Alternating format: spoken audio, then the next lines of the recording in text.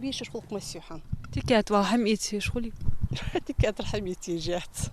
А зачем, когда здесь есть все? И фрукты, и овощи, и ягоды. Свой двор Айна Ханиева уже не представляет пустым. Без живности и огорода. Все выращивается уже на протяжении 20 лет. Землю в Троицком считает очень плодородной. Что бы ни посадили, все приживается. Так, пару лет назад угощались собственными дынями и арбузами. А на подходе из экзотических видов – гранаты.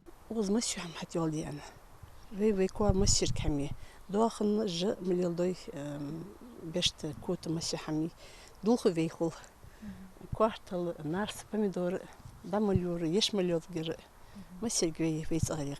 Как же без огурцов и помидоров? С начала лета семья Айны готовит свежий салат только из собственных продуктов. Отдельные сорта томатов и огурца сажает для солений. Очень много в подворье хозяйки плодовых деревьев. Шпанка, черешня, слива, груша 2 видов, яблоня. Также в огороде имеется практически весь борщевой набор.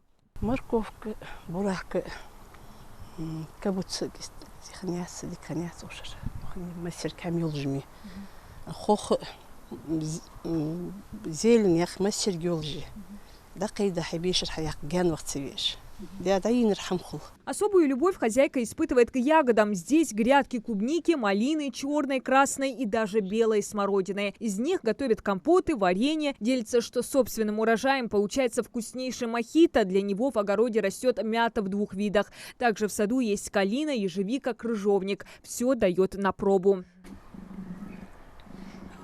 Заявку на участие в конкурсе «Лучшее подсобное хозяйство» Айна Ханиева подала месяц назад. Конкурс, инициированный главой региона, стартовал 13 июня. Первый этап уже завершился. От Сунжинского района заявки подали более 20 человек, в числе которых оказалось и подворье Айны. Во все времена ЛПХ для семьи считалась весомой прибавкой к бюджету. Ханиевы, благодаря своему трудолюбию, обеспечивают себя фруктами и овощами, а излишки реализовывают по соцобъектам и небольшим магазинам поселения.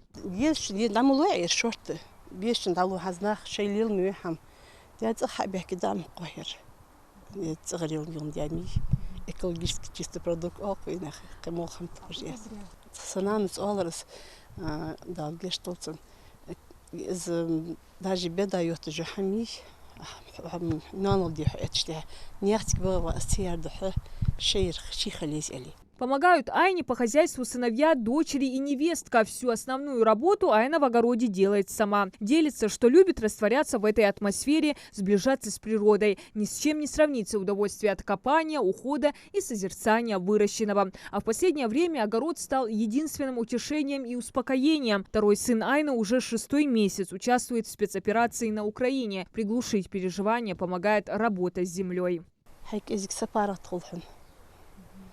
تاقشت تغديز حديث تغبوش خلشتي حتى صلوان بغرتني.